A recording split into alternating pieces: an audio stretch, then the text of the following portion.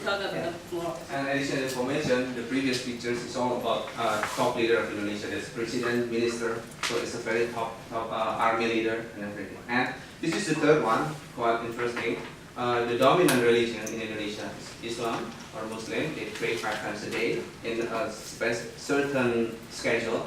And also once 1 month in every year they have Ramadan, it's fasting time. So during that time, people come to office late and go home earlier. It's legal because they reduce the office hour in that 1 month. And it will be important if you deal with Indonesian people because they have this strict schedule and religion is very sensitive. You cannot just use your own rule to them. But for Japanese, religion will not affect working environment.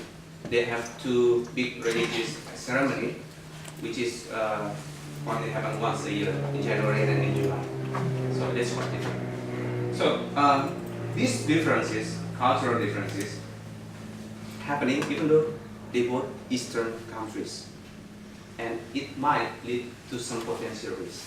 And you can see here, risk is spread in all stages of international project, and we will focus on design and tendering, specifically contract period.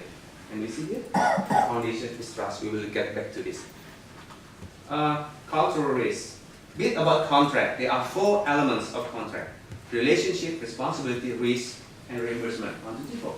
So the relationship is the main important thing because they will determine relationship, responsibility, and risk. So closer relationship means more transparent, means you give more information, means you can create a balance between responsibility and risk between 2 parties. And the result is reimbursement, the pricing of the project. More risk you give the other party, the higher cost, the higher price the project will be. But beyond the contract, it's the balance between a good contract and relationship for long-term purpose of both countries. So the point of this slide is, in a good contract, relationship is the main character. Most important thing is relationship. But how you deal with relationship with different culture, it can be challenging. It might work, it might not work.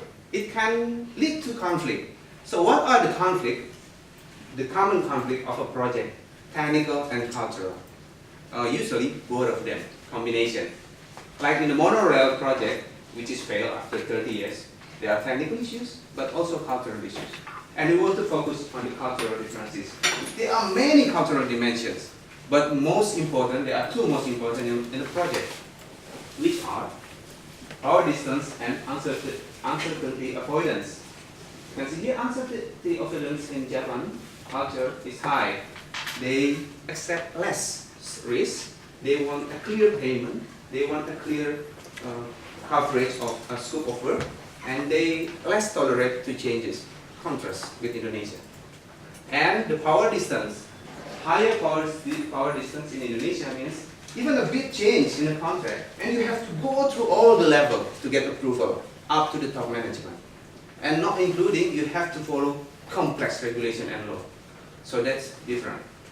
And yep, our recommendation, as I explained in the previous model, the foundation is trust.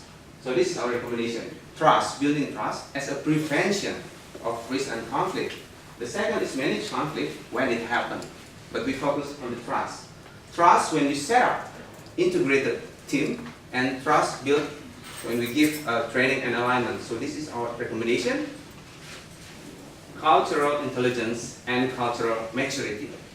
We recommend to use this approach to existing approach that the company already done in recruiting, in selecting the team, and also in giving a training or development. So there are 3 components in cultural intelligence: awareness, understanding, and skill. Awareness is sense, you feel there's difference in culture. Like if you meet the Japanese and they are not, it doesn't always mean that they agree. Probably it means they understand what you are saying. And understanding, it means you already have a clear knowledge about the difference. For example, in Japan, there are a low, 2 minutes. Okay. Inequality gender. So maybe you will send a male as a negotiator. And skills is your behavior, your action, like bowing to Japanese leader. This is when you select these three components, useful when you select for the integrated team. And for training to develop the team, we use this model. Concept for your own culture should be balanced with function with the other culture. And we develop the employee skill through recognition, respect, and reconciliation. You know, you understand, you accept. It doesn't mean there will be no different opinion. So we need reconciliation skill to make them blend the different opinions between different cultures. So our recommendation, cultural intelligence, cultural maturity, all will solve the previous problem we said. Will create a solid integrated team and create a positive win-win solution attitude and less conflict and enhance the project effectiveness. That's all.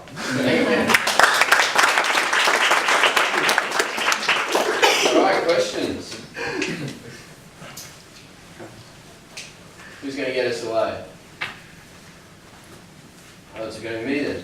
Oh, Right, here we go, good.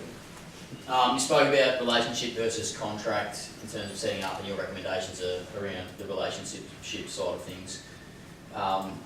Just wondering, in terms of contracting, do you see like cultural risks in that aspect as well, in terms of how you actually, is that can you use contract to overcome some of the relationship issues, or is that something you guys looked into at all, or as in making the contract powerful enough that sort of can overcome the relationship issues, or? Yeah, actually it's both, because contract is in the middle and relationship is useful before the contract and after the contract, because you are implementing the contract and there probably many changes in the action plan. Yeah. So yeah, it can be used for both. Relationship before the contract, it will lead you to create a good team which produce a good contract which is balanced between responsibility and risk. But relationship built after the contract, it will be useful to manage conflict, to manage changes, small changes, daily activities between two culture workers. So it is useful for both time frame, before and after contract.